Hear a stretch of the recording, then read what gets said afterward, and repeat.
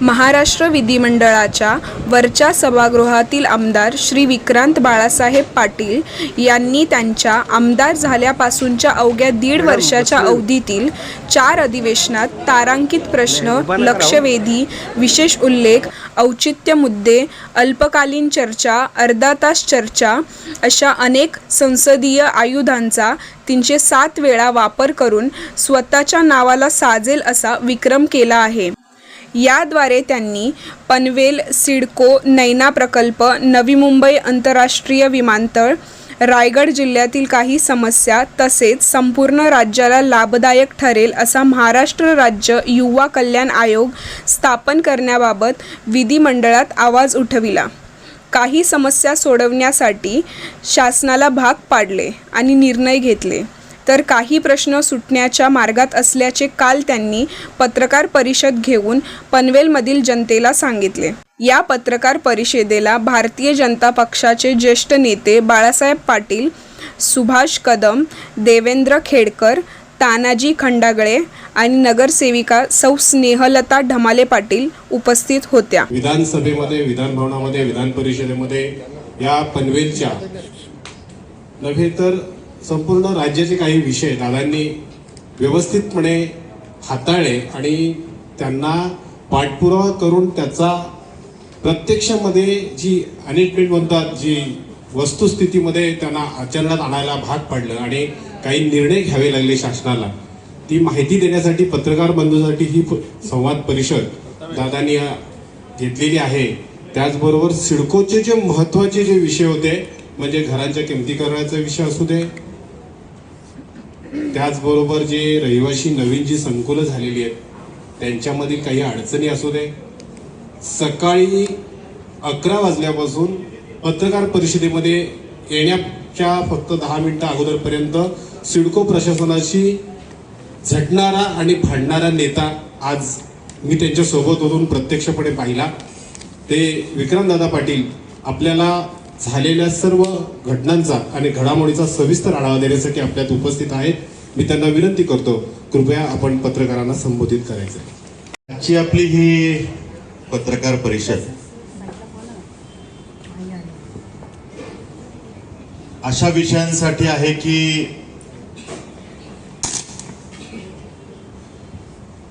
नुकत्याच झालेल्या अर्थसंकल्पीय अधिवेशनामध्ये नक्की पनवेलकरांचे कोणते प्रश्न मांडण्याचा आपण प्रयत्न केला, कोणत्या प्रश्नावरती आता स्थिती काय आहे आणि मग त्याचा पाठपुरावा सातत्याने आपण करतोय हे आदरणीय सगळ्या पत्रकार बांधवांनाही माहिती असलं पाहिजे. कारण आपण या पनवेलच्या विकासामधला महत्वाचा दुवा आहात आणि आपल्या माध्यमातून हे जनतेलाही माहिती असलं पाहिजे की नक्की आमचे लोकप्रतिनिधी काय करतात. आणि त्यामुळे आपण एक पायंडा पाडला की जेव्हा आपल्या सगळ्यांच्या सदिच्छा आणि आशीर्वादामुळे आमदार होण्याचं भाग्य मला लाभलं, तेव्हा जनतेने मला विचारण्यापेक्षा अधिवेशनानंतर मीच जनतेला सांगेन की नक्की पनवेलकरांचे कुठले प्रश्न मांडण्याचा आपण प्रयत्न केला, त्यातले कुठले विषय अडचणीचे होते, कुठले विषय पॉलिसी डिसिजन म्हणून करण्याची गरज होती आणि त्या विषयामध्ये आपण नक्की काय मागितलं हे आपण स्वतः जनतेला उत्तरदायी राहू. आपण आपला अहवाल जनतेला या प्रेस कॉन्फरन्सच्या माध्यमातून सादर करू आणि त्यासाठीची आपली ही प्रेस करतोय. आपण मागे एक प्रेस केली, आताच्या अर्थसंकल्पीय अधिवेशनानंतरची माझी प्रेस जी राहिली होती ती आजची आपण प्रेस करतोय आणि त्याच्यामध्येच आपण आज जी काही सिडकोची एक विशेष बैठक वेगवेगळ्या विषयांना घेऊन आपण त्या ठिकाणी केली, त्या संदर्भाचे ब्रीफिंग आपण या बैठकीमध्ये या प्रेस कॉन्फरन्समध्ये आपल्याला करणार आहे. आणि त्यामुळे पॅटर्न साधारणतः आपण असा केला की अधिवेशनानंतर प्रेस कॉन्फरन्स आणि अधिवेशनाच्या आधी म्हणजे आता 22 जूनला नवीन अधिवेशन आहे, पावसाळी अधिवेशन सुरू होईल, त्याच्या आधी जनतेशी संवाद साधून त्यांचे प्रश्न माझ्यापर्यंत घेणं. त्यासाठी मागच्या वेळेला आपण बघितलं की मी अभ्यास दौऱ्यासाठी लंडनला होतो, थेट संवाद साधणं शक्य नव्हतं, पण मग मी तिथून फेसबुक लाईव्ह केलं होतं आणि त्यातून मला हजारो प्रश्न आले. त्या अनुषंगाने कार्यालयात हजारो प्रश्न आले आणि त्यातल्या जे काही लॉजिकल एंडला जाऊ शकतील अशा प्रश्नांना न्याय देण्याचा पण प्रयत्न केला. त्यामुळे या अनुषंगाने मी आपल्याला विनंती करणार आहे की 22 जूनला आपले जे काही नवीन अधिवेशन आहे ह्यात आपण पत्रकार म्हणून जे काही इनपुट्स असतील तेही मला द्यावे आणि जनसामान्यांपर्यंत हा विषय पोहोचवावा जेणेकरून ते मला अधिवेशनच्या पूर्वी हे विषय माझ्यापर्यंत पोहोचू शकतील. अर्थसंकल्पीय अधिवेशनामध्ये जी काही आयुध मला वापरता आली, त्यात मला तारांकित प्रश्न जे काही लावता आले, या अधिवेशनामध्ये आपण 25 तारांकित प्रश्न लावण्याचा प्रयत्न केला आणि आतापर्यंत एकूण आमदार म्हणून 170 तारांकित प्रश्न लावण्याचा प्रयत्न केला. लक्षवेधी या आयुधाच्या माध्यमातून 10 लक्षवेधी आपण आत्ताच्या अधिवेशनात मांडू शकलो आणि आतापर्यंत एकूण 67 लक्षवेधी लावण्याचा आपण प्रयत्न केला. विशेष उल्लेख हे आयुध असतं की ज्यामध्ये या अधिवेशनामध्ये 3 विशेष उल्लेख हे आयुध आपण वापरलं. आतापर्यंत एकूण 29 विशेष उल्लेख या आयुधाचा उपयोग आपण केलेला आहे. औचित्याच्या मुद्द्याद्वारे सरकारचं लक्ष वेधून घ्यायचं होतं. 4 औचित्याचे मुद्दे आपण या अधिवेशनात मांडले आणि आतापर्यंत एकूण 21 औचित्याचे मुद्दे आपण मांडलेले आहेत. अल्पकालीन चर्चा हे एक खूप प्रभावी आयुध असतं. त्या माध्यमातून 4 आपण अल्पकालीन चर्चा घडवून आणल्या आणि एकूण आतापर्यंत 6 अल्पकालीन चर्चा आपण घडवून आणलेल्या आहेत. अर्धा तास चर्चा हे एक आयुध खूप ताकदीचं असतं, ज्यामध्ये आता 7 अर्धा तास चर्चा या विषयाचा आयुधाचा उपयोग केला आणि आतापर्यंत एकूण 14 अर्धा तास चर्चा आपण त्या ठिकाणी घडवून आणलेल्या आहेत. आणि त्यामुळे एकूण जर सांगायचं झालं तर आत्ताच्या अर्थसंकल्पीय अधिवेशनामध्ये एकूण 53 विषयांना आपण हात घातला, त्यामध्ये या सगळ्या आयुधांचा आपण उपयोग केला आणि आतापर्यंत एकत्रितपणे जी काही आयुध आपण वापरली ती 307 विषय आहेत की जे वेगवेगळ्या आयुधांच्या माध्यमातून आपण मांडण्याचा प्रयत्न केला. आणि त्यामुळे त्यात जे काही प्रामुख्याने विषय होते की आपल्या बहुतांश भागावरती सिडकोचा प्रभाव आहे. सिडको हे इथलं प्लॅनिंग अथॉरिटी होतं, बऱ्याच ठिकाणी एक्झिक्युशन अथॉरिटी पण अजून तेच आहेत, अनेक ठिकाणी एनओसीचे अधिकार त्यांचे आहेत. त्यामुळे सिडकोच्या अडचणी हा प्रामुख्याने विषय, हा कायम लढायला लागणारा विषय. आणि त्याचबरोबरीने एका बाजूला नैना आलेली आहे, त्यामुळे त्यांच्या अडचणी हा दुसरा विषय. त्यामुळे या 2 विषयामध्ये ताकदीनं आपण विषय मांडण्याचा प्रयत्न केला. आणि त्यामुळे सगळ्यात पहिला जो विषय होता की नैनाच्या माध्यमातून जी काही डेव्हलपमेंट सुरू आहे. सुरुवातीला नैनाच्या बाबतीमध्ये सगळे ड्रोन सर्वे झाले होते आणि त्याच्यामुळे प्लॅनिंग पूर्णपणे चुकीचं झालं होतं. मी जर शेतकरी आहे तर माझ्या जागेवरती मला जो काही 40% मोबदल्याचा भूखंड देणार आहे तो दुसऱ्याच्या जागेवरती दिला गेलाय. तिथे त्या बिचाऱ्याचं ऑलरेडी बांधकाम आहे, मग ते बांधकाम तो काढेपर्यंत मला माझ्या दिलेल्या मोबदल्याचा मी ताबा घेऊ शकत नाही. असे अनेक विषय होते. माझ्या एक्झिस्टिंग बांधकामावरती नैना अथॉरिटीने आरक्षण टाकून ठेवले आहेत, त्यामुळे ते आरक्षण एक्झिक्यूट होऊ शकत नाही कारण माझं बांधकाम त्या ठिकाणी आहे. असे अनेक विषय होते. म्हणजे पावसाळ्यात तळं आहे पण उन्हाळ्यात सर्वे ह्यांनी ड्रोन केल्यामुळे ते सुकलेलं होतं आणि त्यांनी तिकडे आरक्षण टाकून दिलं, त्या ठिकाणी अम्युनिटीज टाकून दिलं, प्लेग्राऊंड टाकून दिले. बरोबर, पावसाळ्यात तळ आहे, एखादं स्ट्रक्चर वरतून दिसलं त्याला त्यांनी त्या ठिकाणी एक आरक्षण टाकून दिलं, म्हटले अनधिकृत स्ट्रक्चर आहे आरक्षण टाकलं, पण ते अनधिकृत नाही, ते स्मशानभूमी आहे. तर अशा पद्धतीनं चुका की जे एक चुका यांचे वाभाडे काढत, सिडकोचे वाभाडे काढत आपण ते दाखवल्या आणि त्यांना तोंडात बोट घालावं लागलं की इतक्या चुका कशा असू शकतात. अधिकाऱ्यांचे धाबे आणले आणि आपण हे राज्यमंत्री माधुरीताई मिसाळ, एकनाथ शिंदे साहेब आणि आदरणीय फडणवीस साहेब सगळ्यांच्या निदर्शनाला आणून दिलं. आणि त्यानंतर त्यांना जाणवलं की नैनामध्ये सगळं काही आलबेल नाहीये. जे हे अधिकारी सातत्याने वर सांगत होते की नैना आमचं सुंदर चाललंय, चांगलं चाललंय, प्रकल्प पुढे जातोय. आम्ही सांगितलं की हा जर का आमच्या मुख्यमंत्र्यांचा ड्रीम प्रोजेक्ट आहे तो पुढे गेला पाहिजे आणि त्यासाठी मुख्यमंत्री महोदय जर का फॉलोअप घेत आहेत तर अधिकाऱ्यांनी वस्तुस्थिती सांगितली पाहिजे आणि खाली जमिनीवर काम केलं पाहिजे. पण नैना दुर्दैवाने एक वीट लावण्यातही तोपर्यंत यशस्वी झाली नव्हती. आणि मग आम्ही मागण्या केल्या, सिडकोनी त्यात सकारात्मक भूमिका घेतली, चुका मान्य केल्या आणि मग आता फिजिकल सर्वेला सुरुवात झाली. नांदगावला फिजिकल सर्वे पूर्ण झाला, देवतला फिजिकल सर्वे पूर्ण झाला, विचुंब्याला बऱ्यापैकी पुढे सरकलेला आहे, उसरलेला आता पुढे सरकतंय. आणि त्यामुळे आता ज्या काही मागण्या आम्ही केल्या होत्या की चुकीच्या पद्धतीनं केलेलं प्लॅनिंग सुधारा आणि त्याचबरोबरीनं सिडकोच्या चुकीमुळे, दिरंगाईमुळे जी काही बांधकाम आमच्या शेतकऱ्यांनी त्या जागेवरती केली त्याला संरक्षित करा. पहिल्यापासून आपल्या ह्या सगळ्या मागणीला सरकारने सकारात्मक उत्तर दिलं होतं की हो आम्ही संरक्षित करू, पण कसं करू हे मात्र सिडको सांगत नव्हती. आणि मग यामध्ये सिडकोने आता त्यामध्ये फिजिकल सर्वे केल्यामुळे त्यातली बऱ्यापैकी सगळे विषय सुटत आले आणि ही बांधकामं संरक्षित व्हायला लागली. आणि त्यात आपण मागणी केली होती की जर काही बांधकाम आहेत शेतकऱ्यांनी स्वतःच्या जागेवर बांधली आहेत, का बांधली? कारण तो परमिशन मागायला तुमच्याकडे आला, पण तुम्ही त्या ठिकाणी 2-2 वेळा नैनाचा प्लॅन बदलला, तुमच्यात संदिग्धता होती आणि मग मात्र तुम्ही वेळ लावता म्हणून त्या बिचारांनी स्वतः बिल्डिंग बांधली. मग जर का गव्हर्नमेंटच्या जागांवरची बांधकामं आपण लोकांना अधिकृत करून देतो, त्यांना मदत करतो, केली पाहिजे. पण मग आमच्या शेतकऱ्यांनी स्वतःच्या सातबारावर जरी घरं बांधली तर त्याच्यावर अन्याय का? मग सिडकोच्या दिरंगाईमुळे हे झालं तर तुम्ही त्याला तोडू शकत नाही. हे आपण वारंवार मांडलं आणि त्याला यश आलं की आता ही बांधकामं संरक्षित होत आहेत. मग आम्ही त्यांना म्हटलं की संरक्षित करताना तुम्हाला तांत्रिक अडचणी येतील, आम्ही तुम्हाला भावनिक मांडणार नाही, आम्ही तुम्हाला प्रश्न पण सांगू आणि सोल्युशन देण्याचा प्रयत्न करू. आम्ही सांगितलं की ह्याच्यामध्ये तुम्ही या सगळ्या एरियाला कंजेस्टेड एरिया जाहीर करा आणि UDCPR मध्ये ज्या काही कंजेस्टेड एरियाच्या तरतुदी आहेत त्या ह्याला लागू करा, तर तुम्हाला ह्यांना संरक्षित करता येईल. मग आता सिडको ह्या विषयामध्ये पॉझिटिव्ह झाली आणि UDCPRच्या तरतुदी ज्यामध्ये लागू करतायत तेव्हा त्यांना त्या सगळ्या अटीशर्तींमध्ये शिथिलता देऊन त्या सगळ्यांना संरक्षित करता येईल अशी स्थिती आहे. आता प्रश्न उरत होता, हे सगळं व्यवस्थित चाललंय, हे सगळं करत असताना अडचणी कुठे येत होत्या तर सिडकोचे रोड्स जे त्यांनी टाकलेत त्या रोडमध्ये येणारी बांधकामं हा अडचणीचा विषय होता. आणि मग ती बांधकामं वाचवता येणं खरं शक्य नाही, कारण रस्ते होते तोपर्यंत नाही ना पुढे सरकणार नाही, ही पण वस्तुस्थिती आहे. आम्ही म्हटलं तुम्ही त्याची पॉलिसी जाहीर करत नाही, त्यांनी घर त्याचं बांधकाम कसं काढावं, तुम्ही त्याला काहीतरी पॉलिसी ठरवली पाहिजे की ह्याचं कंपन्सेशन कसं देणार. मग आता जाऊन सिडकोच्या डोक्यात प्रकाश पडला आणि त्यांनी आता यावरती पॉलिसी करण्याचं ठरवलं. येणाऱ्या बोर्ड रेझोल्युशन मध्ये त्यात निर्णय होईल आणि शेतकऱ्यांना पर स्क्वेअर फीट, मी आकडा आधीच सांगणं उचित नाही, पण पर स्क्वेअर फीट चार्जेस देऊन त्याच्यामध्ये त्याला ते बांधकाम तिथून काढता येईल, म्हणजे त्याला त्याचा कंपन्सेशन मोबदला मिळेल. आणि हा सुद्धा रस्त्याचा मार्गही मोकळा झालेला आहे. त्यामुळे अशा सगळ्या पद्धतीनं नैनाच्या आता सर्वे पुढे सरकायला लागले आणि त्याच्यामुळे हा विषय प्रामुख्याने आपण अधिवेशनात मांडला आणि सिडकोच्या पण कारवाई त्याच्यावरती झाल्या. मी संलग्नतेने त्याला अधिवेशनातल्या विषयाला जे संलग्न आज जी चर्चा झाली ती पण ह्यातच सांगतो, म्हणजे एक एक विषय पुढे जाईल. या सिडकोच्या विषयात आज जी आम्ही चर्चा केली नैनाच्या विषयात त्या ठिकाणी हे जे काही सर्वे करताना दिरंगाई होते हा मुद्दा अजूनही आहे. म्हणजे बऱ्याच गोष्टी सुटत आल्या पण दिरंगाई होते, कारण मॅनपॉवर कमी आहे. आम्ही सांगितलं की ह्याच्यामध्ये एजन्सी लागणाऱ्या एजन्सी कुठल्या आहेत त्या वाढवा, तुम्हाला जर का कॉन्ट्रॅक्ट बेसिसवर घ्यायचे तर त्या एजन्सी घ्या, तुमची मॅनपॉवर वाढवा, पण पॅरलल सर्वे होऊ दे.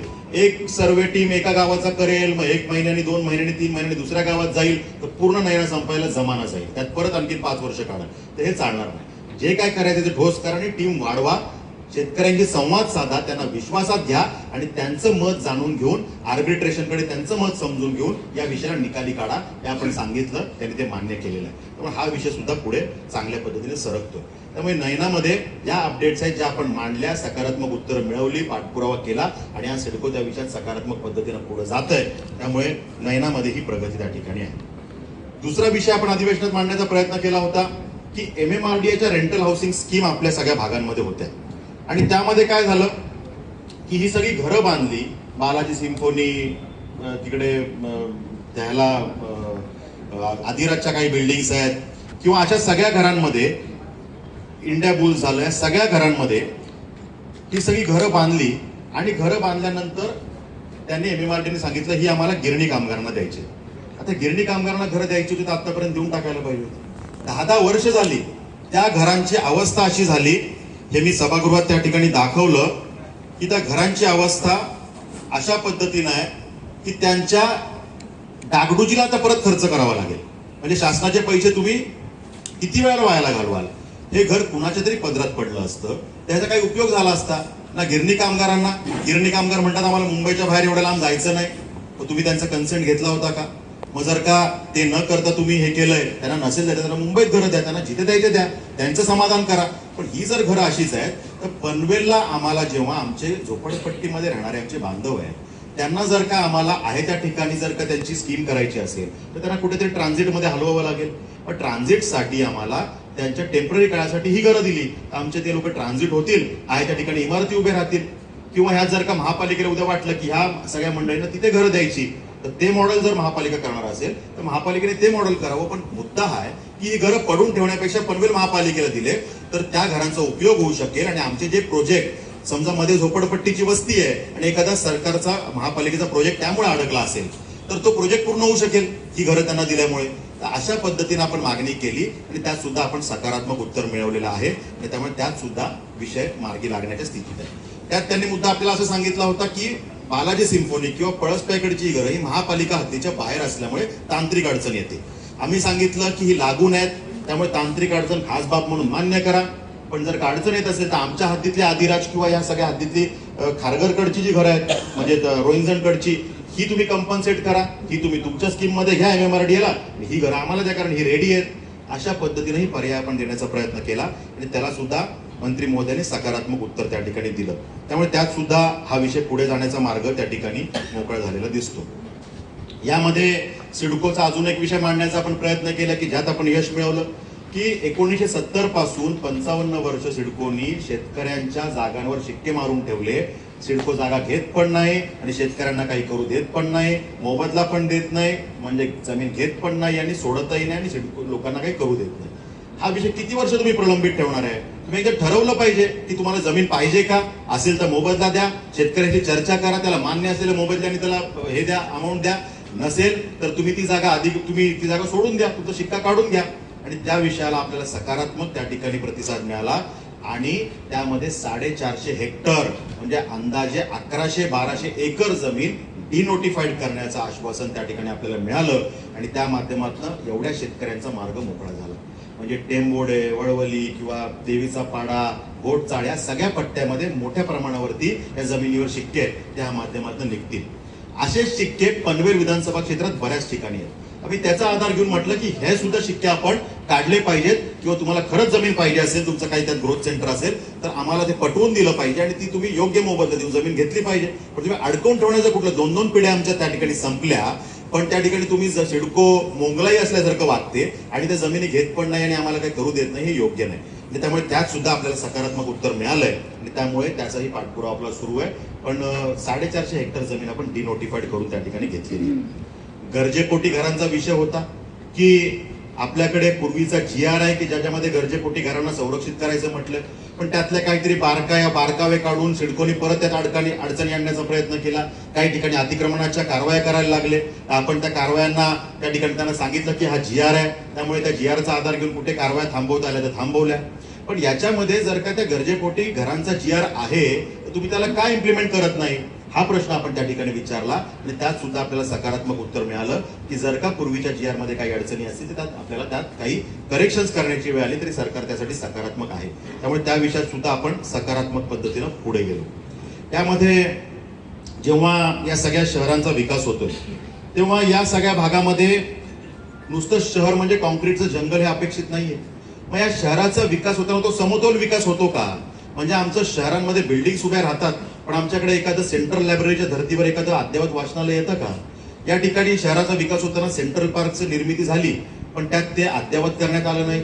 तिथे अजूनही खूप मोठा हिस्सा हा अविकसित आहे. म्हणजे जर का आकडा सांगायचा झाला तर 30 हेक्टरपेक्षा जास्त जमीन अशी आहे की जी अविकसित आहे. इथे एखादा मोठा आंतरराष्ट्रीय दर्जाचा अम्युजमेंट पार्क येऊ शकतं की खारघर जर का आम्ही अद्ययावत शहर म्हणतो, आंतरराष्ट्रीय विमानतळाला लागून असलेलं शहर म्हणतो, तर इथे पर्यटनाच्या दृष्टीने येणाऱ्या लोकांना वेगळं काय आहे, आमच्या रहिवाशांना वेगळं काय आहे. एखादं वंडरलँड सारखा मोठं प्रोजेक्ट इथे होऊ शकतो पण त्या बाबतीमध्ये सिडकोची उदासीनता होती. आपण सांगितलं की ह्याला तात्काळ आपण प्रायोरिटीवर घ्या आणि याला डेव्हलपमेंटमध्ये टाका. सिडको त्या विषयातही पॉझिटिव्ह आहे.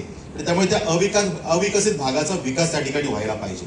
नाहीतर सिडकोच्या मूळ भूमिकेप्रमाणे जागा मोकळी आहे म्हणून तिथे सुद्धा कुठला तरी प्रोजेक्ट जाहीर करतील आणि तिथे पण एक बिल्डिंग बांधतील ही भीती माझ्यासारख्या लोकप्रतिनिधीच्या मनामध्ये आहे आणि त्यामुळे तिथे हा अम्युजमेंट पार्क सारखा प्रोजेक्ट व्हायला पाहिजे ही मागणी आपण त्या ठिकाणी केलेली आहे. त्या ठिकाणी तळोजासारख्या भागामध्ये जिथे RPZ आहे आणि त्या ठिकाणी एखादं थीम पार्क तिथेही यायला पाहिजे. कारण तळोजासारख्या भागामध्ये एवढ्या मोठ्या वस्त्या त्या ठिकाणी तयार होत आहेत आणि एक सिडकोच्या स्कीम मध्ये 7-8 हजार लोक राहतात. 67,000 घराच्या स्कीम सिडकोने लॉन्च केल्या. एका घरामध्ये 3-4 लोक पकडली तरी 2 लाखाच्या वरती लोक इमिजिएट राहायला येणार आहेत. मग अशांसाठी ना मैदान आहेत, ना उद्यान आहेत, ना त्याच्यासाठी तिकडे एखादे थीम पार्क आपण केलंय. लागून असणारी मॅनग्रोव्ज आहेत, माहीम सारख्या वडाळ्यासारख्या ठिकाणी मॅनग्रोव्ह सारखे पार्क त्या ठिकाणी केले गेले. इथे ते आमच्याकडे अद्यावत शहरात केले पाहिजेत म्हणून मॅनग्रोव्ह पार्कचं संकल्पना आपण त्या ठिकाणी मांडली. अशा पद्धतीनं आपण या भागांमध्ये काहीतरी अद्यावत व्हायला पाहिजे हा विषय त्या ठिकाणी केला. जर का आम्ही समुद्र किनाऱ्याला लागू नये, खाडी आम्हाला लागू नये, तर या ठिकाणी एक चांगलं दर्जेदार ॲक्वेरियम होऊ शकतं.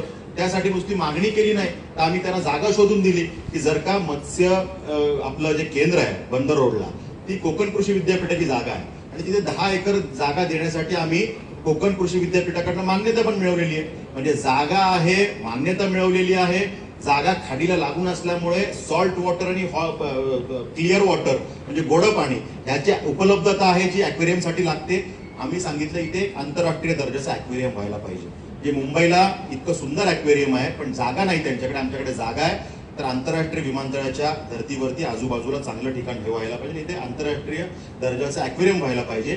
नितेश राणेजींच्या दालनात आपण बैठक लावली आणि त्यांनी सकारात्मक निर्णय केला आणि त्या ठिकाणी तात्काळ ह्याचा प्रोजेक्ट सबमिट करण्याचे आदेश संबंधित अधिकाऱ्यांना दिलेले आहेत. त्यामुळे त्या विषयात सुद्धा सकारात्मक निर्णय त्या ठिकाणी झालेला आहे.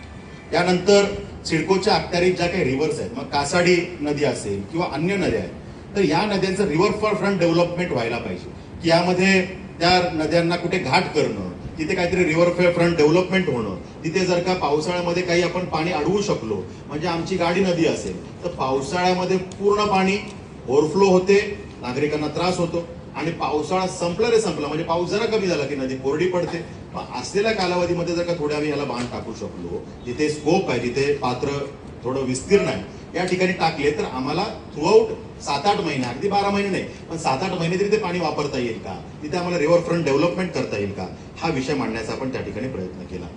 त्या ठिकाणी पनवेल भागामध्ये कामगारांची संख्या मोठी आहे, मोठ्या मोठ्या MIDCs आहेत, त्यांच्यासाठी एक स्वतःचं हक्काचं ESIC हॉस्पिटल असलं पाहिजे ही मागणी आपण त्या ठिकाणी केली आणि महसूल खात्याकडनं तात्काळ त्यांना जमीन मिळण्यासाठीची मान्यता करून घेतली. येणाऱ्या 5-7 दिवसामध्ये त्याचा निकाल होईल अशी स्थिती आहे आणि ती जमीन ESIC डिपार्टमेंटला हँडओव्हर होईल. ती झाल्या ESIC डिपार्टमेंटने प्रस्ताव दिलेला आहे की आम्हाला हे हॉस्पिटल करतोय आम्ही, चांगलं मोठं हॉस्पिटल, अद्ययावत हॉस्पिटल त्या ठिकाणी ते करतायत. शिरडोन जवळची जागा ती त्यासाठी प्रस्तावित झालेली आहे आणि त्यामुळे ती जागा मिळण्याचाही मार्ग मोकळा झालेला आहे आणि महसूल खात्याने ऑलरेडी सकारात्मक त्यात निर्णय केलेला आहे. त्याचबरोबरीनं तळोजा भागामध्ये जे काही पार्किंगचा प्रश्न होता की आम्ही सांगितलं की इथे जर का पार्किंगचे प्लॉट्सच आपण दिले नाही, लॉट्स दिले नाही तर रस्त्यावरती पार्किंग होते, ट्रेलर रस्त्यावर उभे राहतात आणि मग त्याच्यामध्ये आमचे बाईक स्वार आणि इतरांचे जीव जाण्याचे प्रकार घडतात. तर ह्याला सेन्सिटिव्हली आपण बघितलं पाहिजे. त्याचबरोबरीनं फूडलँडकडनं जाणारा ते सगळ्या चौक आहे, तिथे मोठे मोठे ट्रेलर्स ट्रॅफिकमध्ये अडकतं सगळं, तिथे ओव्हरब्रिजची गरज आहे, तिथे ऍक्सिडेंट्स होतात, तिथे अनेकांचे जीव गेलेले आहेत. त्यामुळे त्या विषयात तर थेट मुख्यमंत्री महोदयांनी उत्तर दिलं आणि तात्काळ या विषयामध्ये एक भूखंड उपलब्ध करून देऊन पार्किंगची वेगळी सुविधा करण्यासाठीचा सुद्धा विषय सकारात्मक पद्धतीने पुढे गेलेला आहे. आमचा पाठपुरावा त्या विषयात सुरू आहे आणि त्यामुळे अशा प्रकारचे अनेक विषय त्या ठिकाणी मांडण्याचा आपण प्रयत्न केला. पनवेल महापालिकेतले आमचे कामगार आहेत जे इंजिनियर दर्जाची मंडळी किंवा अन्य कर्मचारी आहेत, हे खूप कालावधी कॉन्ट्रॅक्ट बेसिसवर काम करतात. त्यांना पनवेलची आता पूर्ण माहिती झाली आहे. ज्युनियर इंजिनियर आहेत किंवा अशी सगळी मंडळी आहेत की ज्यांना पनवेलच्या पूर्ण रचनेची माहिती झाली, त्यांनी रचनेत काम केलं. मग अशा वेळेला जेव्हा त्यांना कुठेतरी संधी देण्याची वेळ येते तेव्हा मात्र महापालिका आम्ही काय सांगतो की ठीक आहे आम्ही परीक्षा घेऊ आणि नवीन लोकांना काम देऊ.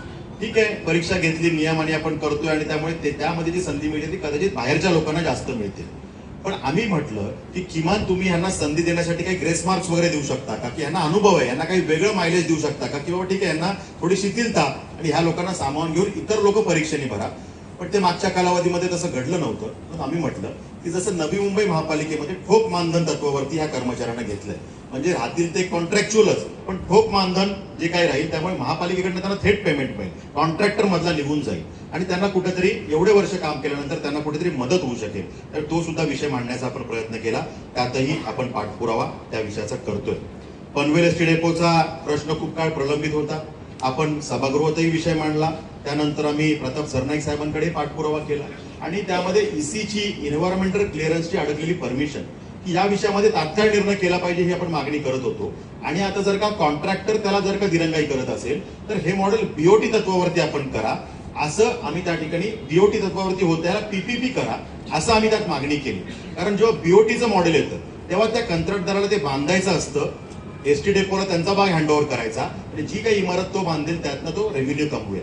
तर हे करताना त्याला हाईट वाढवावी लागते. हाईट वाढवल्यावरती एन्व्हायरमेंट क्लिअरन्सच्या परमिशन मध्ये ते अडकत होतं. आम्ही सांगितलं हाईट वाढवत बसू नका, PPP मॉडेल करा किंवा सरकारने स्वतः पैसे टाका, पण आमच्या हाईटसाठी एवढे वर्ष आमच्या जिव्हाळ्याचा विषय बस डेपो अडकला नाही पाहिजे या विषयात आपण पाठपुरावा केला आणि त्यात सुद्धा प्रताप सरनाईक साहेब सकारात्मक आहेत. तात्काळ जे काही महाराष्ट्रातले 5-6 निर्णय बस डेपो जे करतायत त्यात पनवेलचाही निर्णय त्यांनी करण्याच्या मार्गावरती हा विषय आलेला. त्याचबरोबरीनं आम्हाला इथे MPSCची UPSCची तयारी करणारे अनेक विद्यार्थी आहेत. यांच्यासाठी एक चांगली अभ्यासिका असली पाहिजे, त्या दर्जेदार या स्पर्धा परीक्षांसाठीचं मटेरियल असलं पाहिजे, ही मागणी आपण केली. आणि त्यामुळे कामोठ्यामध्ये त्या विषयाच्या एखाद्या जागेची मागणी आपण केली आणि ही अभ्यासिका आम्हाला द्यावी आम्ही मागितली.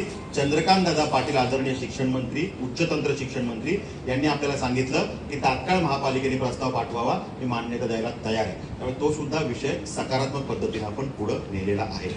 त्या ठिकाणी एक विषय राज्यातल्या युवांसाठी, पनवेलच्या युवांसाठी आहेच, पण राज्यातल्या युवांसाठी आपण मांडण्याचा प्रयत्न केला की जसं महिलांसाठी चिंता करणारा महिला आयोग आहे, की त्यांना सुमोटो पॉवर्स आहेत की महिलांच्या विषयात अन्याय झाला तर त्या ठिकाणी महिला आयोगाकडे आम्ही दाद मागू शकतो. जर का त्या ठिकाणी एससी समाजासाठी काम करणारा एससी आयोग आहे की त्यांना न्याय मिळालाच पाहिजे, त्या आयोगाचं चांगलं काम चालतं. एसटी आयोग आहे की आमच्या आदिवासी बांधवांसाठी एसटी आयोगाची निर्मिती आहे. मग जर का या देशाच्या जडणघडणीमध्ये, राज्याच्या जडणघडणीमध्ये युवांचा मोठा वाटा आहे, तर आमच्यासाठी एखादा युवा आयोग का नसू शकतो? आम्हाला एक युवा आयोग असला पाहिजे की जेणेकरून त्या ठिकाणी युवांवरच्या अन्यायाला दाद मागता यावी. त्या ठिकाणी वेगवेगळ्या डिपार्टमेंटकडनं वेगवेगळ्या योजना युवांसाठी राबवल्या जातात, पण त्याचं सेंट्रलाइज मॉनिटरिंग कोणीतरी केलं पाहिजे. म्हणजे त्या ठिकाणी अल्पसंख्याकमधल्या युवांसाठी अल्पसंख्याक विभाग काम करतं. त्या ठिकाणी जर का समाज कल्याण डिपार्टमेंटच्या माध्यमातून युवांसाठी वेगवेगळ्या योजना आहेत, जाती धर्म वाईज युवांसाठी वेगळ्या योजना आहेत, पण शेवटी तो आहे युवा. म्हणजे ह्याचं सेंट्रलाइज युवांचं हे योजनांचं मॉनिटरिंग जर कोणी करणार नसेल तर त्या योजनांचा लाभ युवांना मिळू शकणार नाही. त्यामुळे ह्याचं मॉनिटरिंग सेंट्रलाइज व्हायला पाहिजे ही मागणी आपण केली आणि त्यात सुद्धा सकारात्मक उत्तर आपल्याला मिळालं. बऱ्याच वेळेला असं होतं की आमचे युवक परदेशात जातात, त्यांना योग्य वेळेला योग्य ज्ञान मिळत नाही, नॉलेज मिळत नाही, आणि मग गेलं की कळतं ती युनिव्हर्सिटी बोगस आहे. तिथे गेल्यानंतर तो फसतो, आर्थिक विवंचनेत राहतो, आई बापांनी कर्ज काढून तिकडे पाठवलेलं असतं. माझ्या डोळ्यासमोर अनेक केसेस अशा आहेत. पण त्यांना जर का योग्य वेळेमध्ये त्या युवाला ज्ञान घ्यायचं असेल की युनिव्हर्सिटी ओके आहे का, तू लंडनला चाललाय तर तिथल्या 10 मध्ये ही युनिव्हर्सिटी आहे का, की बंद झालेली कुठली ऑटोनॉमस युनिव्हर्सिटी आहे, या सगळ्याचं ज्ञान त्याला योग्य वेळेत मिळालं पाहिजे. तिथे गेल्यानंतर इतर प्रकारचे कुठले अन्याय त्याच्यावर झाले, अत्याचार झाले, दाद कोणाकडे मागायची? एम्बेसी बरोबर कम्युनिकेट करणारं महाराष्ट्राची कोणी अथॉरिटी असली पाहिजे, तर त्यासाठी हा युवा आयोग असला पाहिजे. ही मागणी त्या निमित्तानं आपण केली. मंगल प्रभात लोढाजींनी त्या डिपार्टमेंटचे जे मंत्री आहेत त्यांनी यासाठी आपल्याला सकारात्मक उत्तर दिलंय, त्याच्यावर आपण पाठपुरावा करतोय. दुसरा महत्वाचा विषय आपण मांडला की जेव्हा बांधकाम परवानगी आपण मागतो तेव्हा आपलं शहर असेल तर आपण महापालिकेकडे परवानगी मागतो, इथल्या इथे परवानगी मिळते. आमचं जर का नगरपालिका असेल तरी सुद्धा तिथे टाउन प्लॅनर असतो, एटीपी असतो, असिस्टंट टाउन प्लॅनर, तो परमिशन देतो.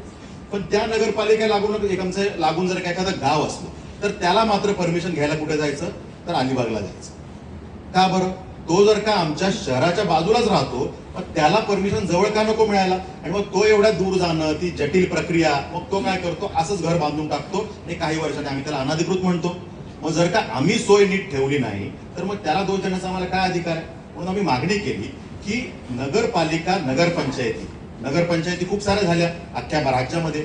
नगरपंचायतीला जो एटीपी आहे, असिस्टंट टाउन प्लॅनर, त्याला आपण अधिकार द्या की त्याच्याकडनं त्यांनी प्लॅन सँक्शन करून घ्यावा. म्हणजे प्लॅन सँक्शनिंग जवळच्या नगरपंचायतीमध्ये होईल आणि त्याला अंतिम मान्यता आहे. जशी इथे नगरपालिका देते तसं त्याची स्थानिक स्वराज्य संस्था कुठली आहे, तर बीडीओ आहे, बीडीओ त्याला अंतिम मान्यता देईल. म्हणजे प्लॅनिंग करण्याचं काम तो तांत्रिक माणूस पाहिजे, तो एटीपी नगरपंचायतीचा, नगरपालिकेचा त्याला ओके करून देईल आणि अंतिम मान्यता बीडीओ देईल. त्याचा प्रश्न जागेवर सुटेल आणि तो मान्यता घ्यायला येईल.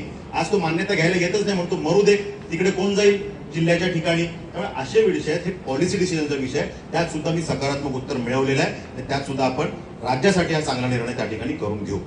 त्याचबरोबरीनं या ठिकाणी लाईटचा जो प्रश्न आहे, इलेक्ट्रिसिटी डिपार्टमेंटचा, खूप गंभीर आहे. आणि त्यामुळे त्यामध्ये नेऱ्याचं एक सबस्टेशन, कामोठ्याजवळचं एक सबस्टेशन आणि आपल्या खांदा कॉलनीचं एक सबस्टेशन, की जिथे आपल्याला पनवेलची भविष्यातली इलेक्ट्रिसिटीची गरज, तात्काळची गरज हा तर विषय आहेच, त्याची फायर फायटिंग आपण करतोच आहे, पण भविष्यातली जर का एवढं मोठं शहर होतंय, गुन्हागाराने लोक वाढत आहेत, त्याच्यासाठीची इलेक्ट्रिसिटीची प्रोव्हिजन काय आहे, यासाठीची पण आम्ही त्या ठिकाणी प्रयत्न केला आणि त्यात सुद्धा आपल्याला सकारात्मक त्यात उत्तर मिळाले आहेत. 192 करोडचा प्रस्ताव हा त्या ठिकाणी मंजूर झालेला आहे आणि त्याच्यामुळे त्यामध्ये लागणारे एक्स्ट्राचे ट्रान्सफॉर्मर्स हे आपल्याला त्यात उपलब्ध होत आहेत.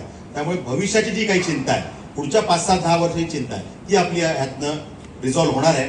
पण आता 2-3 दिवसापूर्वी जे काही आपण कामोठे, कळंबोलीमध्ये चित्र बघतोय की ह्यामध्ये लोड डिस्ट्रीब्युशन प्रॉपर नसल्यामुळे या अडचणी झाल्या होत्या. त्या विषयात सुद्धा आम्ही तात्काळ कारवाया केल्या आणि त्यामध्ये तात्काळ जे काही जवाहरचं फीडर आपला आहे, कामोठ्याचा, तिथून ते कनेक्शन खांदा कॉलनीत घेऊन खांदा कॉलनीच्या माध्यमातून कामोठ्याला सप्लाय देण्याचं काम हे तात्पुरत्या स्वरूपात आता झालंय. त्यामुळे आता जे काही कामोठ्याला अडचणी येत होत्या त्यातनं त्या विषयाला अडचणीला मार्ग निघतोय. त्यामुळे अशा पद्धतीनं टेम्पररी सोल्युशन आणि लॉंग टाइम सोल्युशनसाठी त्या ठिकाणी आपण हे सबस्टेशन हे ट्रान्सफर मंजूर करून घेण्याचं काम त्या ठिकाणी झालेलं आहे. त्यामुळे अशा पद्धतीनं अनेक विषय आपण मांडण्याचा त्या ठिकाणी प्रयत्न केला. सिडकोच्या घरांचा प्रश्न होता, हा सगळ्यात सेन्सिटिव्ह विषय होता की जो माझ्या कारकिर्दीमध्ये अनेक विषयांना जे काही यश मिळालं म्हणजे सिडकोच्या घरांचा प्रश्न, त्यात 10% किमती कमी होणं, नैनाच्या विषयामध्ये ड्रोन सर्वे बंद करून फिजिकल सर्वे करणं आणि शेतकऱ्यांना विश्वासात घेणं, हा सकारात्मक निर्णय आपल्या काळात झाला.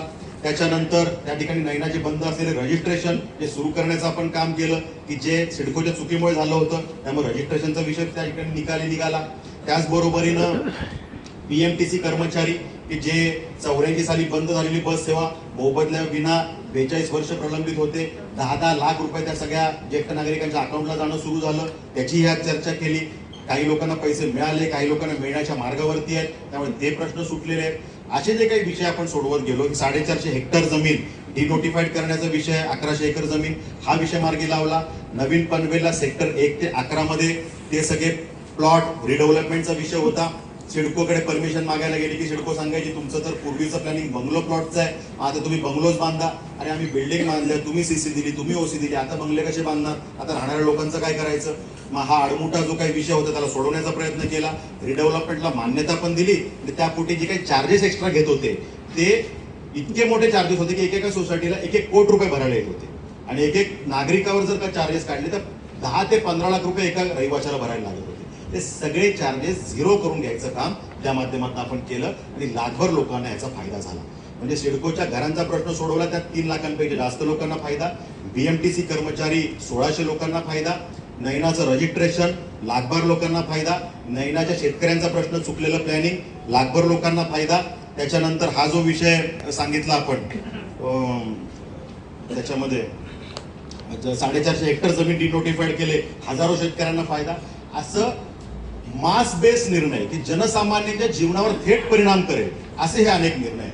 त्यातल्या सिडकोच्या घरांच्या किमतीचा जो विषय होता ती 10% त्या किमतीत सभागृहात निर्णय जाहीर करून आपलं नाव कोट करून आदरणीय एकनाथ शिंदे साहेबांनी जाहीर केलं. आणि त्यामुळे मुख्यमंत्री देवेंद्र फडणवीस साहेब, एकनाथ शिंदे साहेब आम्ही सगळ्यांचे आभार मानले की आमच्या डोळ्यातले अश्रू पुसण्याचं काम आपण केलं आणि ह्या किमती आपण कमी केल्या. आता त्याच्यामध्ये ज्या काही अडचणी होत्या त्या आपण सोडवण्याचा प्रयत्न आम्ही पाठपुरावा करत होता. सिडकोची बैठक झाली, त्यात त्याचे निर्णय पण आम्ही करून घेतले की त्या डिले पेमेंट चार्जेस होते, म्हणजे डिले पेमेंट सिडकोकडनं सरकारचा झालेला निर्णय खाली पोहोचण्यासाठी उशीर झाला आणि त्यामुळे त्या डिले पेमेंटचे चार्जेस तयार झाले की आज आम्हाला पैसे भरायचे पण सरकारने 10% सूट केली, ते खाली पोहोचवायला सिडकोकडे उशीर झाला GR त्यांच्या अडचणींमुळे. आणि मग ते म्हटले की आता पेमेंट ती ऑनलाईन सिस्टम मध्ये ती विंडोज ओपन होत नाही, त्याच्यामुळे पेमेंट डिले झालं. डिले पेमेंट चार्जेस ग्राहकांवर मारले. सिडकोची वेबसाईट अनेक काळ डाऊन होती, बंद होती, त्याचे चार्जेस ग्राहकांवर डिले पेमेंट चार्जेस मारले. त्याचबरोबरीनं तिथे जर का सिडकोचं जे काही रेरा रजिस्ट्रेशन आहे त्याची मुदत संपली होती, रिन्यू करायला सिडकोला उशीर झाला पण त्याचे डिले पेमेंट चार्जेस ग्राहकांवर मारले. त्या ठिकाणी तुमचे जी काही सिडकोची कम्प्लिशन डेट आहे ती 3-3 वेळा बदलते, एकदा 25 सांगतात, एकदा 27 सांगतात, आता 30 सांगतायत. तर ते केल्यामुळे बँक म्हणते ही सगळी असंदिग्धता आहे, आम्हाला एकदा कन्फर्म सांगा तर आम्ही लोन देऊ.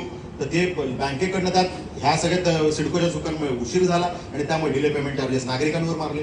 हे सगळे डिले पेमेंट चार्जेस रद्द केले पाहिजेत ही मागणी आपण करतोय. आज सिडकोची बैठक झाली, त्यात सकारात्मक उत्तर मिळालंय, तर त्यामुळे त्यातही चांगला निर्णय होईल, ते डिले पेमेंट चार्जेस रद्द होतील अशी स्थिती आहे. त्याचबरोबरीनं GSTचा विषय होता की हे रेट आम्ही घरांचे कमी करून घेतले आणि मग ज्यांनी पूर्वी पैसे भरले त्याच्यावरती GST भरलाय, ते GST त्यांना परत मिळायला पाहिजे. सिडको म्हणते आता आमचे रिटर्न्स भरून झाले. म्हटलं तुम्ही दोघं गव्हर्नमेंट अथॉरिटी आहात, तुम्ही कसं ते परत मिळवायचं तुमचा विषय, त्याची क्रेडिट नोट तयार करा, तुमचा कोण तज्ञ आहे त्याला विचारा, आम्हाला जेवढी अक्कल आहे आम्हाला समजते की क्रेडिट नोट तयार केली तर तुम्हाला पुढच्या GST मध्ये त्याचं कम्पन्सेशन मिळू शकेल. तर ते त्यांना पटलं, म्हणतात हो आता आम्ही ते क्रेडिट नोट तयार करतो. त्यामुळे 2 प्रकार, ज्यांनी GST भरला ज्याची किंमत 45 लाखाच्या वरती पण आहे त्याला तो GSTचे काही जे काही पैसे परत मिळायचे ते ऍडजस्ट करून मिळतील, हा पहिला विषय. आणि ज्याची किंमत 45 लाखाच्या खाली आली 10% सूट मिळाल्यामुळे त्याला तर डायरेक्टली 5% जीएसटी लागत होता, तो फक्त 1% लागणार, म्हणजे 4% त्याचे वाचणार. जर का त्याच्या घराची किंमत 50 लाख रुपये असेल तर 5 चोक 20 2-2 लाख रुपये हे एक्स्ट्राचे त्याचे वाचणार आहे. ते 10% तिकडे वाचले आणि हे जीएसटीचे पैसे आणि अन्य पैसे मिळून त्याची जर का सूट मोजली तर 15-16% त्या प्रत्येक लाभार्थ्याची सूट जाते, अशी स्थिती आहे. आणि त्यामुळे हा एक निर्णय आम्ही मागितला. आम्ही दुसरं सांगितलं की ईडब्ल्यूएसच्या घरांचं रजिस्ट्रेशन आपण 1000 रुपयात करता आणि ते LIG असेल तर आपण त्याला नियम लावता की 6% स्टॅम्प ड्युटी भरा. आम्ही म्हटलं तुम्ही प्रस्ताव बनवून महसूल खात्याला पाठवा, आम्ही प्रयत्न करू, कारण दोन्ही घरांचा आकार सेम आहे. ईडब्ल्यूएसची पण घरच 322 फुटाची आणि LIGची घरं पण तेवढीच, मग स्टॅम्प ड्युटी वेगळी का लावता? ते जर का त्याचे काही 5% वाचू शकले तर तो एक मोठा विषय त्यात होईल. त्यामुळे आम्ही प्रयत्न करतोय की त्याचं पण रजिस्ट्रेशन 1000 रुपयात व्हावं, हा आमचा प्रयत्न आहे. त्यामुळे त्याचाही पाठपुरावा पण त्या ठिकाणी करतोय. मेंटेनन्स चार्जेस कुठलेही घेणार नाही असं सिडकोने ऍड मध्ये सांगितलं. ती ऍड बघून लोकांनी घरं घेतली आणि सिडकोने त्याला 80,000 90,000 मेंटेनन्स चार्जेस लावले. लिफ्टचे चार्जेस, वॉटर सप्लाय आतमध्ये आणण्याचे, कनेक्शनचे चार्जेस, इलेक्ट्रिसिटीची सिस्टम उभारण्याचे चार्जेस, असे सगळे चार्जेस लावले. आम्ही त्यांना सांगितलं तुम्ही जर का ऍड मध्ये दिलंय की कुठलेही छुपे चार्जेस घेणार नाही, मेंटेनन्स चार्ज घेणार नाही, तर ते तुम्ही फॉलो केलं पाहिजे आणि ते चार्जेस तुम्ही घेता कामा नये. आणि तुम्ही सेक्टर डेव्हलपमेंट, तिथलं नोड डेव्हलपमेंट किंवा त्या पूर्ण एरियाची डेव्हलपमेंट, शहर सिटी इन्फ्रा डेव्हलपमेंटमध्ये तुम्ही हे सगळे चार्जेस टेंडर प्लॉटवरती लोड केलेले असतात. जो बिल्डरला प्लॉट विकतात त्यात ह्या सगळ्या डेव्हलपमेंटचे पैसे टेंडर प्लॉटमध्ये लोड केलेले असतात. मग तिथे केले त्यात ह्या अफोर्डेबल हाऊसिंगमध्ये गरिबांच्या घरांमध्ये पैसे कशाला घेतले पाहिजे हे सांगितलं. तर त्यामुळे त्यातही सकारात्मक मार्ग ओपन झालेला आहे आणि त्यामुळे ते चार्जेस सुद्धा कमी होतील, रद्द होतील, अशी काही स्थिती होईल. आम्ही रद्द करण्याची मागणी केलेली. त्यामुळे अशा पद्धतीनं ते विषय आम्ही त्या ठिकाणी मागितलेले आहेत. त्याचबरोबरीनं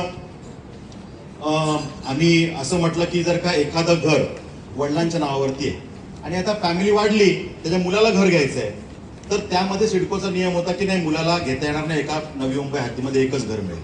पण ऑलरेडी नगरविकास खात्याने ह्यांना पहिले पत्र पाठवले, मी त्यांना दाखवलं की हे तुमचंच कम्युनिकेशन आहे, तुमचं आम्हाला दाखवायला लागतं.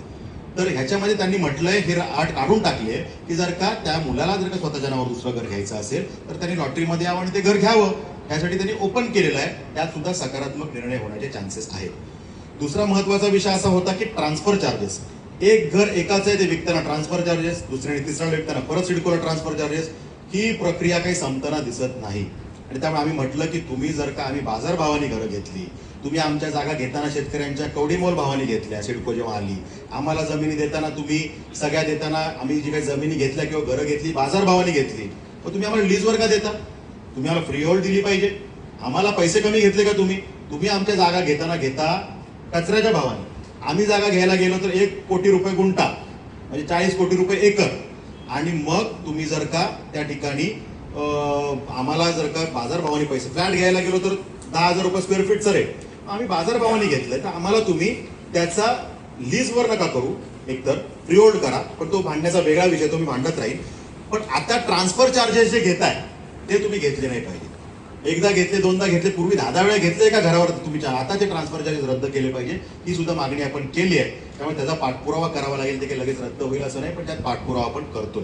त्यामुळे अशा पद्धतीनं हा एक विषय मार्गी लावण्याचा आपण प्रयत्न करतोय.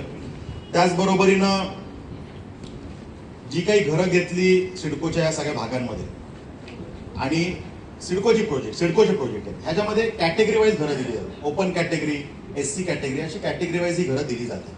ती परत विकताना ओपनची व्यक्ती ती घरं कोणालाही विकू शकते. पण आमचा SC समाजाचा बांधव मात्र ते घर विकताना परत अट ठेवली की ते SC समाजाच्या व्यक्तीला विकलं पाहिजे. म्हटलं हे कशासाठी आहे? त्याला विचारायला त्याचं घर विकायचं आहे, तुम्ही त्याला घर दिलं, त्याला विकायचं असलं नंतर भविष्यामध्ये, लगेच विकायला तर त्याची परवानगीच नाही, त्याची अटी शर्ती आहेत. पण जेव्हा नियमाने विकायची वेळ तेव्हा त्याला बाजारात कोणाला विकता यायला पाहिजे, ही अट काढली पाहिजे. त्यात सुद्धा सकारात्मक निर्णय सिडको करण्याच्या मानसिकता, आज मला त्यात सकारात्मक उत्तर आम्हाला त्यात मिळालेलं आहे.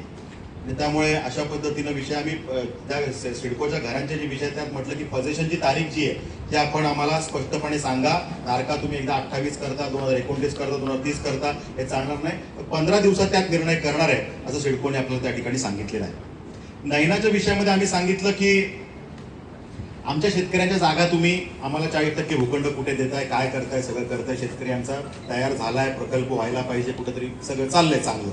आता हे सगळं करताना त्याला किमान एखादी चांगली फाईल बनवून द्या, त्याला दाखवावं हे तुझी फाईल आहे, ती तुझी जागा होती, त्याला आम्ही नोटीस पाठवली, तुझा आर्बिट्रेटरकडे ही चर्चा झाली, त्यानुसार हा निर्णय झाला, तुझ्या जागेचा नकाशा जुना असा होता, आता फायनल प्लॉट दिला त्याचा नकाशा असा आहे, तुझा हा 7/12 जुना असा होता, आता त्याला फायनल आम्ही त्याचं प्रॉपर्टी कार्ड केलं ते असं आहे, त्याची प्रत अशी, आणि ती फाईल जर त्याला दिली तर आयुष्यभराचा तो दस्त त्या 40% जागेचा जो काही प्लॉट फायनल प्लॉट त्याला मिळाला त्याचा दस्त त्याच्याकडे राहू शकेल. हे काही करण्याची मानसिकता त्यांची नव्हती, पण आता त्यांनी सगळं करण्यासाठी तयार झालेत आणि अशी एखादी फाईल बनवून ते शेतकऱ्यांना देतील अशी त्या ठिकाणी मानसिकता तयार झालेली आहे. त्यामुळे अशा पद्धतीनं त्यात सुद्धा सकारात्मक निर्णय आपण करून घेतला. त्यामुळे अशा पद्धतीने अनेक विषय, खरं खूप विषय अजून सांगावे लागतील, पण असे बरेच विषय आपण त्या ठिकाणी मंजूर करून घेतले आणि त्याच्यामध्ये आपल्याला सकारात्मक उत्तर त्या ठिकाणी मिळालेलं आहे. शाळांच्या बाबतीमध्ये आम्ही सांगितलं की हे सगळे नवीन नोट डेव्हलप करतात, सिडकोने एवढा भाग डेव्हलप केला, शाळांसाठी जे भूखंड ठेवले आणि मैदानासाठी जे पण भूखंड ठेवले, पण चापलुसी काय केली तर शाळेला जोडून असलेला मैदानाचा प्लॉट हा शाळेला जोडला आणि दाखवलं की हा शाळेसाठीचा वापर आपण करा आणि मोकळ्या वेळेत लोकांना द्या. म्हणजे पब्लिकसाठीचा प्लेग्राऊंड ते जोडलं शाळेला.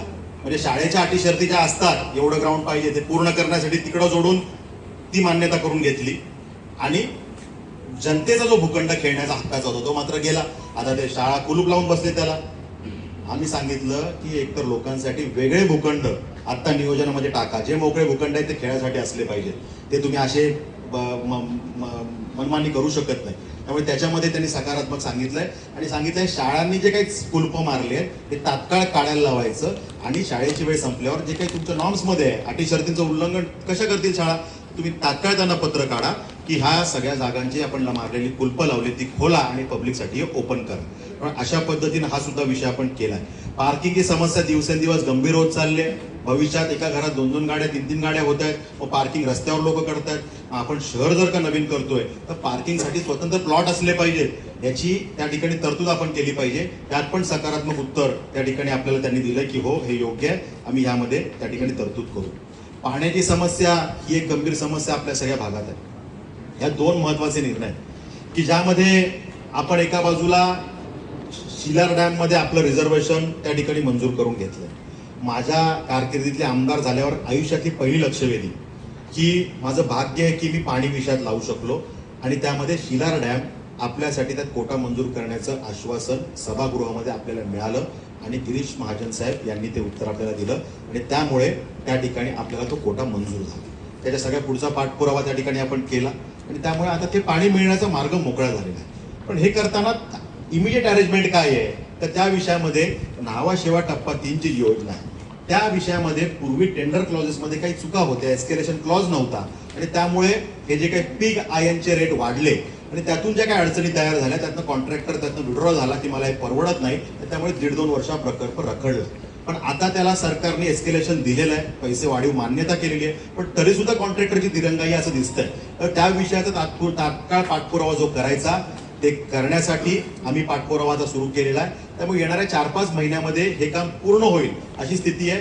ती झाल्यानंतर आपल्याला आपल्या हक्काचं पाणी सगळे हे जे काही प्रोजेक्ट नवीन होत आहेत, MMRDA ची रेंटल हाऊसिंग स्कीम त्यासाठीचं आपल्याला त्यात काही पाण्याचं रिझर्वेशन आहे 15 MLD चं, ते पण पनवेललाच मिळेल आणि त्याच योजनेतनं सिडकोला जे पाणी मिळणार ते पण सिडको पनवेलसाठीच वापरेल. त्यामुळे आपल्याला त्याच्यामध्ये अंदाजे 150 MLD इतकं पाणी त्यात आपल्याला मिळू शकेल की जे आपल्याला सफिशियंट पाणी होऊ शकेल.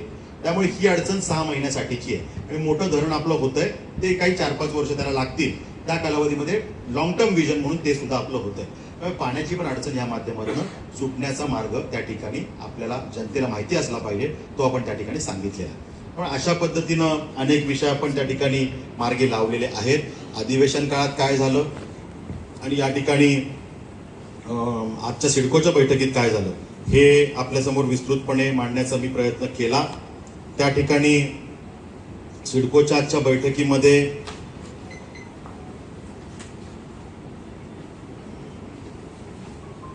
त्यामध्ये आपल्याकडे एखादं अद्ययावत ऑडिटोरियम, रिक्रिएशन सेंटर, अद्ययावत लायब्ररी असली पाहिजे, इंडोर आउटडोर स्टेडियम असलं पाहिजे, या विषयाचा आपण पाठपुरावा करतोय. सिडकोकडून महापालिकेला एक प्लॉट येणं बाकी आहे. मी अधिवेशनात तो विषय मांडला होता की सिडकोने तो प्लॉट 31 कोटी रुपये भरून घेतले. पैसे भरल्यानंतर कळलं की ही जागा सिडकोने ॲक्वायरच केली नाही आणि महापालिकेला दिली. मग ते परत पत्रव्यवहार झाला आणि मग सिडकोने दुसरा प्लॉट दिला. दुसरा प्लॉट दिल्यानंतर तिथे काही अतिक्रमण होती, त्यामुळे तो विषय नाही. मग तिसरा प्लॉट दिला तर महापालिका म्हटले हा प्लॉट आम्हाला मान्य नाही, कारण तिथली जी काही सिच्युएशन आहे ती योग्य नाही. त्यामुळे आज तागायत तो प्लॉट त्या ठिकाणी दिला गेलेला नाहीये. पण आज सिडकोच्या बैठकीत आम्हाला सांगितलं की आम्ही 1 आठवड्यामध्ये हा विषय निकाली काढू. त्यामुळे महापालिकेचाच प्लॉट त्यांना मिळायला ज्या काही अडचणी होत आहेत त्यांच्यासाठीही आपल्याला भांडावं लागतंय. त्यामुळे तो सुद्धा विषय मार्गी लागण्याच्या स्थितीमध्ये आलेला आहे. सिडकोच्या हद्दीमध्ये ज्या काही झोपडपट्ट्या आहेत त्यांचाही पुनर्विकास कधीतरी व्हायला पाहिजे. महापालिकेच्या जागावरच्या झोपडपट्ट्याचा विचार महापालिका करते, पण सिडकोच्या जागी जे झोपडपट्ट्या आहेत तिथे किमान SRA स्कीम करा. तुम्हाला नसेल झेपत तर प्लॉट महापालिकेला त्या, महापालिका तिथे काहीतरी पुनर्विकासाचा विचार करेल. याची काही ना काही पॉलिसी ठरवण्याची गरज आहे.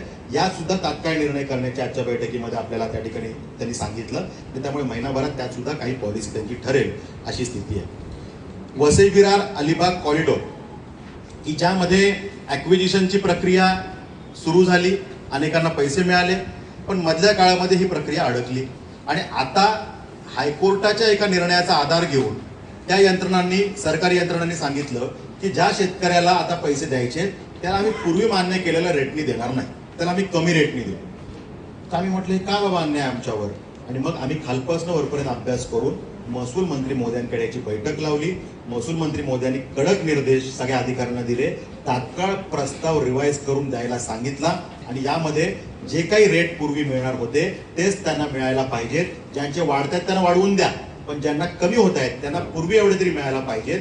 हे त्या ठिकाणी प्रस्ताव आदरणीय कलेक्टर महोदयांनी त्या ठिकाणी राज्य शासनाला पाठवलेला आहे. त्यामुळे त्यात सुद्धा सकारात्मक निर्णय करून घेण्यासाठी जे काही करावं लागेल ते आपण करतोय. म्हणजे थोडक्यात काय तर सरकारची भूमिका पॉझिटिव्ह आहे. आदरणीय राज्याचे मुख्यमंत्री देवाभाऊंची भूमिका प्रचंड पॉझिटिव्ह आहे. गरिबांना घरं मिळावी, नैनासारखा प्रकल्प व्हावा, पाण्याच्या समस्या सुटावा, या सगळे विषय ते करतायत. पण ते करताना जर का अधिकारी याला कुठं गालबोट लावणार असतील तर मात्र अंत्योदयाचं जे स्वप्न आहे, शेवटच्या व्यक्तीच्या अश्रू पुसण्याचे स्वप्न आहे, जे देवेंद्रजी बघून त्या ठिकाणी काम करतायत, त्याला कुठेतरी गालबोट लागण्याचं काम होतं. मग अशा वेळेला आमच्यासारख्या लोकप्रतिनिधीची ती जबाबदारी आहे की जर काही अधिकारी त्याला जर का कुठं मिठाचा खडा घालणार असतील आणि चुकीचा करणार असतील तर त्यांना जाब विचारला पाहिजे. मग ती सिडको असो, ती MJP असो, ती महापालिका असो किंवा अन्य कोणी असो. चुकत असतील आणि आमच्या सरकारच्या मिशनला जर का कोणी विरोध करणार असेल तर ते खपवून घेतलं जाणार नाही. त्या भूमिकेत आम्ही त्या ठिकाणी काम करतोय. आणि त्यामुळे अनेक सकारात्मक निर्णय आपण त्या ठिकाणी करून घेतले. त्या ठिकाणी जनता आणि सरकार याचा दुवा बनण्याचं आपण काम केलं. जर का अधिकारी चुकीचा भागात असेल तर त्यांना धडा शिकवण्याचं काम केलं. अशा पद्धतीने हे विषय बऱ्यापैकी सुटलेले आहेत, अनेक सुटण्याच्या मार्गावरती आहे. त्यामुळे आपल्या सगळ्यांच्या माध्यमातून पनवेलकरांपर्यंत हे विषय पोहोचावे यासाठीचा हा प्रयत्न.